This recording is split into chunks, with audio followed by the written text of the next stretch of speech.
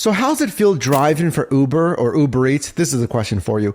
And earning on average $33 an hour. Or how about having your earnings actually increase 24% year over year? Well, if you just thought, wait a minute, that is absolutely not what I'm making right now. Well, that's what Uber CEO Dara Khosrowshahi just said in the company's most recent earnings call. I listened to the entire 40-minute call and I'm going to summarize it here simply in this video, taking out the most important points and tackling that earnings claim in this video.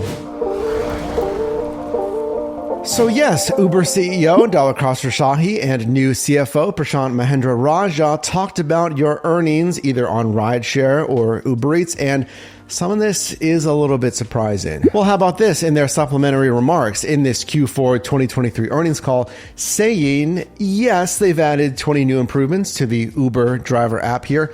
Better safety features like record my ride, fairer deactivation appeal processes, and the earnings that are up 24% year over year or 23% on a constant currency basis. And yes, I agree, that is pretty surprising, especially as you may not know this, basically every single earnings call, it seems the company is saying this exact thing, like, oh, quarter over quarter or year over year, the year compared to the year prior, earnings are always going up for their workers. Now, it wasn't just about earnings though. Dara also mentioned a 30% increase in driver supply year over year. Let me know if you felt that.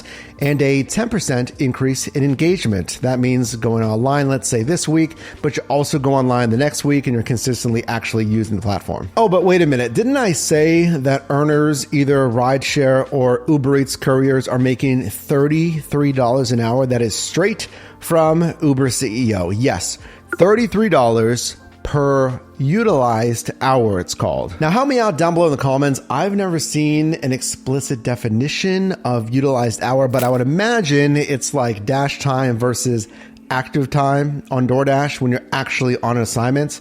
So still though, that's what, $33 when you're actually on an assignment per hour? Yeah, we can certainly discuss those earnings claims down below. But again, let me summarize what was said during this earnings call. One thing to look for that's coming in 2024 is the improvement of Uber's algorithm, which we don't talk about enough, I feel, using AI to send the right order or ride request to the right driver or courier. Because Dara mentioned Uber's AI and ultimately their algorithm is going to get to the point where it's sending the right request to the right driver or courier, which honestly actually sounds pretty good. And he said each courier or driver may want different things, and it makes sense. Comment this down below.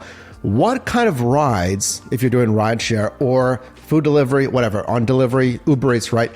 What are you looking for? Do you want the shortest runs possible, or do you want longer runs because you don't really mind, maybe your marketplace is bigger, if the pay is better? Do you typically drive in the morning, afternoon, evenings? Do you like shop and deliver on Uber Eats? Do you like just restaurant runs?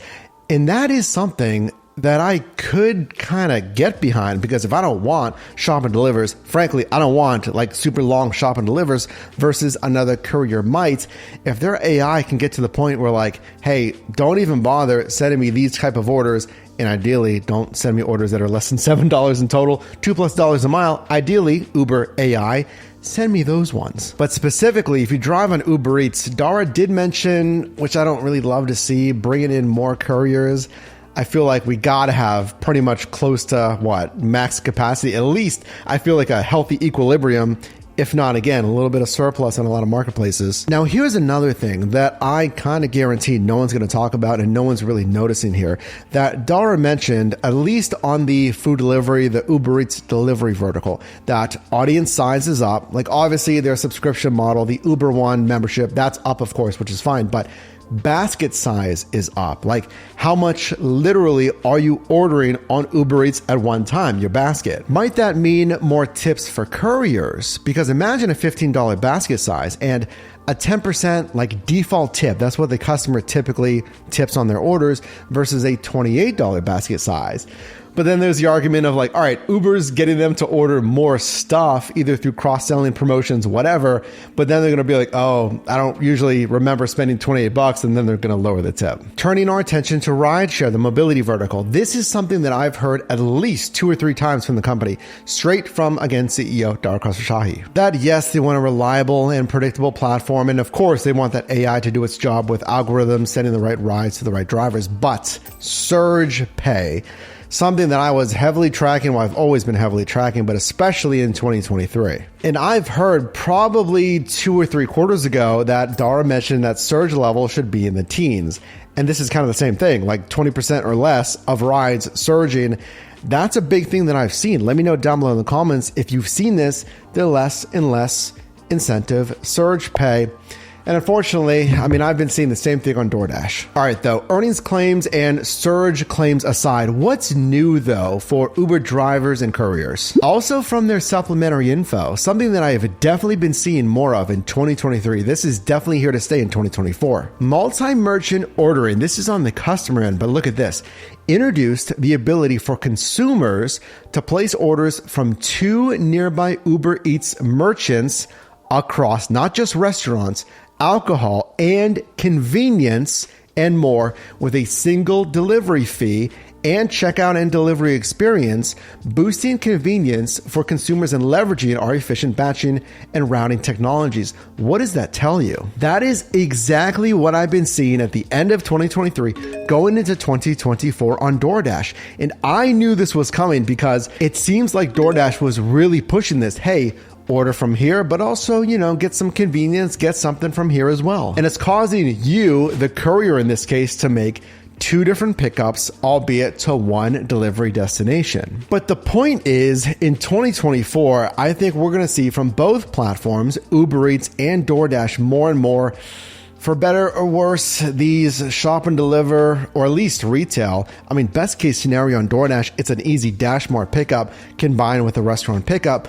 I think we're going to see the same thing on Uber Eats because Uber's even saying they're kind of encouraging customers to batch orders. Now, I'll tell you, being vocal on the fact that I don't really love shop and deliver, especially the grocery shop and deliver, which is why I don't do really any Shipt and Instacart. Would this change my and maybe your mind?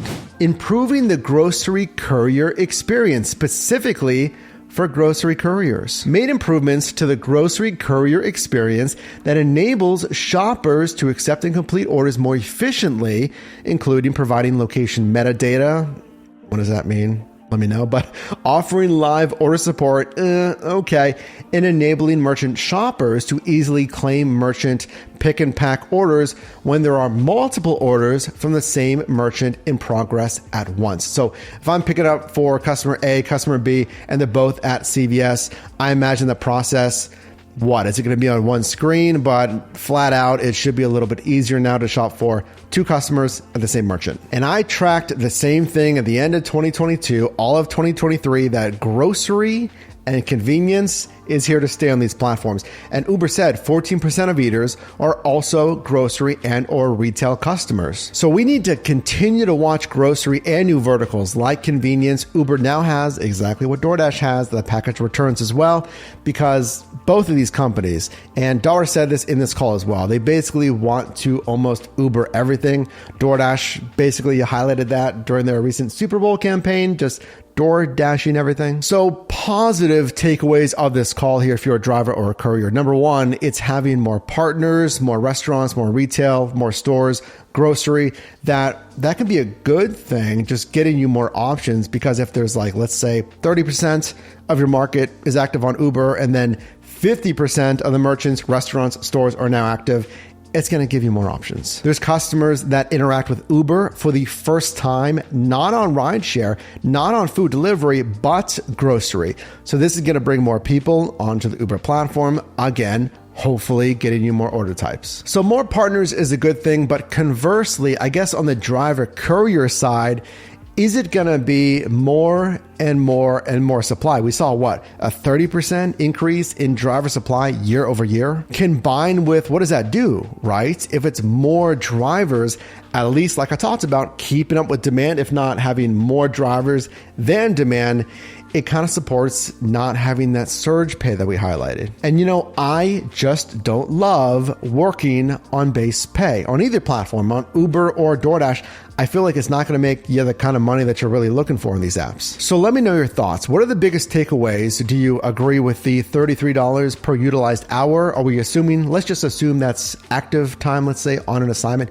Do you agree with that? Do you agree that it feels like your earnings are up 24% year over year? I feel like not. And looking at my numbers, I'm pretty sure it's not up 24% compared to last year. And what is the better side hustle platform? Is it Uber, rideshare, or food delivery? Or is it DoorDash, or is it someone else? Is it another niche in 2024 that could outperform either platform?